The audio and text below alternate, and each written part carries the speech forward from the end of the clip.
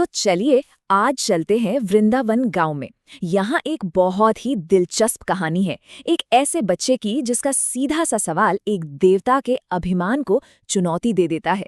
ये कहानी है कर्तव्य की, घमंड की और चीजों को एक बिल्कुल नए नजरिए से देखने की। और इस पूरी कहानी की शुरुआत होती है एक बच्चे कृष्ण के इसी सवाल से।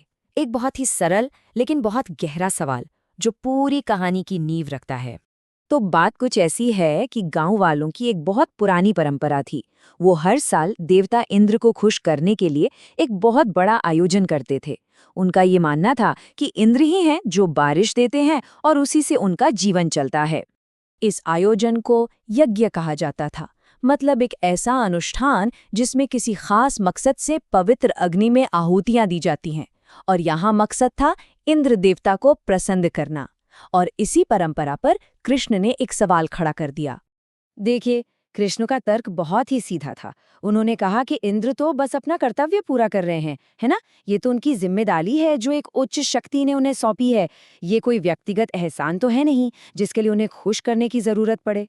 कृष्ण ने ना गांव वालों के सामने एक सीधी तुलना रखी। एक तरफ इंद्र है जो बारिश देते हैं, ठीक है, ये उनका कर्तव्य है। और दूसरी तरफ है ये गोवर्धन पर्वत जो हमारी गायों को घास देता है, हमें पीने के लिए पानी देता है, फसलें फल देता है और घर बनाने के लिए लकड़ी तक देता है। मतलब सब कुछ तो यहीं से मिल रहा है। और कृष्ण का ये सीधा सा तर्क गांव वालों के दिल में उतर गया। उन्होंने भी सोचा और फिर फैसला किया कि अब से वो आसमान के किसी देवता की नहीं बल्कि उस धरती की पूजा करेंगे जो असल में उनका पालन पोषण कर रही है।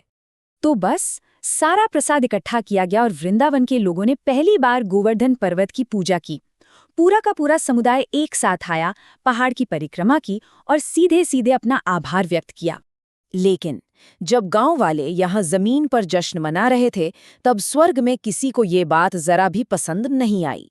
और बस यहीं से कहानी में एक बहुत खतरनाक मोड़ आता है। इंद्र को जब ये पता चला तो उनका पहला रिएक्शन था गहरा सदमा। उन्हें यकीन ही नहीं हुआ कि उनकी सालों पुरानी पूजा को एक मामूली पहाड़ के लिए छोड़ दिया गया। और यही वो पल था जब इंद्र के अहंकार को गहरी चोट लगे। उनका वो अहंकार अब गुस्से में बदल चुका था, एक भयानक क्रोध में जिसका अंजाम अच्छा नहीं होने वाला था। और उस गुस्से में अंधे होकर इंद्र ने अपने तूफानी बादलों को हुक्म दिया, जाओ और वृंदावन को पानी में डुबो दो, उनका ये त्योहार बर्बाद कर दो और उन्हें उनकी इस गुस्ताखी के लिए सजा दो। अब कहानी में एक और मोड़ आता है। इंद्र के आदेश पर एक ऐसा भयंकर तूफान वृंदावन पर टूट पड़ा जो किसी ने कभी नहीं देखा था। मूसलाधार बारिश, कड़कती बिजली, पूरे गांव में दहशत फैल गई। जरा सोचिए, सब तरफ से तूफान ने घेर लिया था, भागने की कोई जगह नहीं थी। गांव वालों की हालत बहुत खराब थी। एक शक्तिशाली देवता के प्रकोप से वो भला कैसे बचते?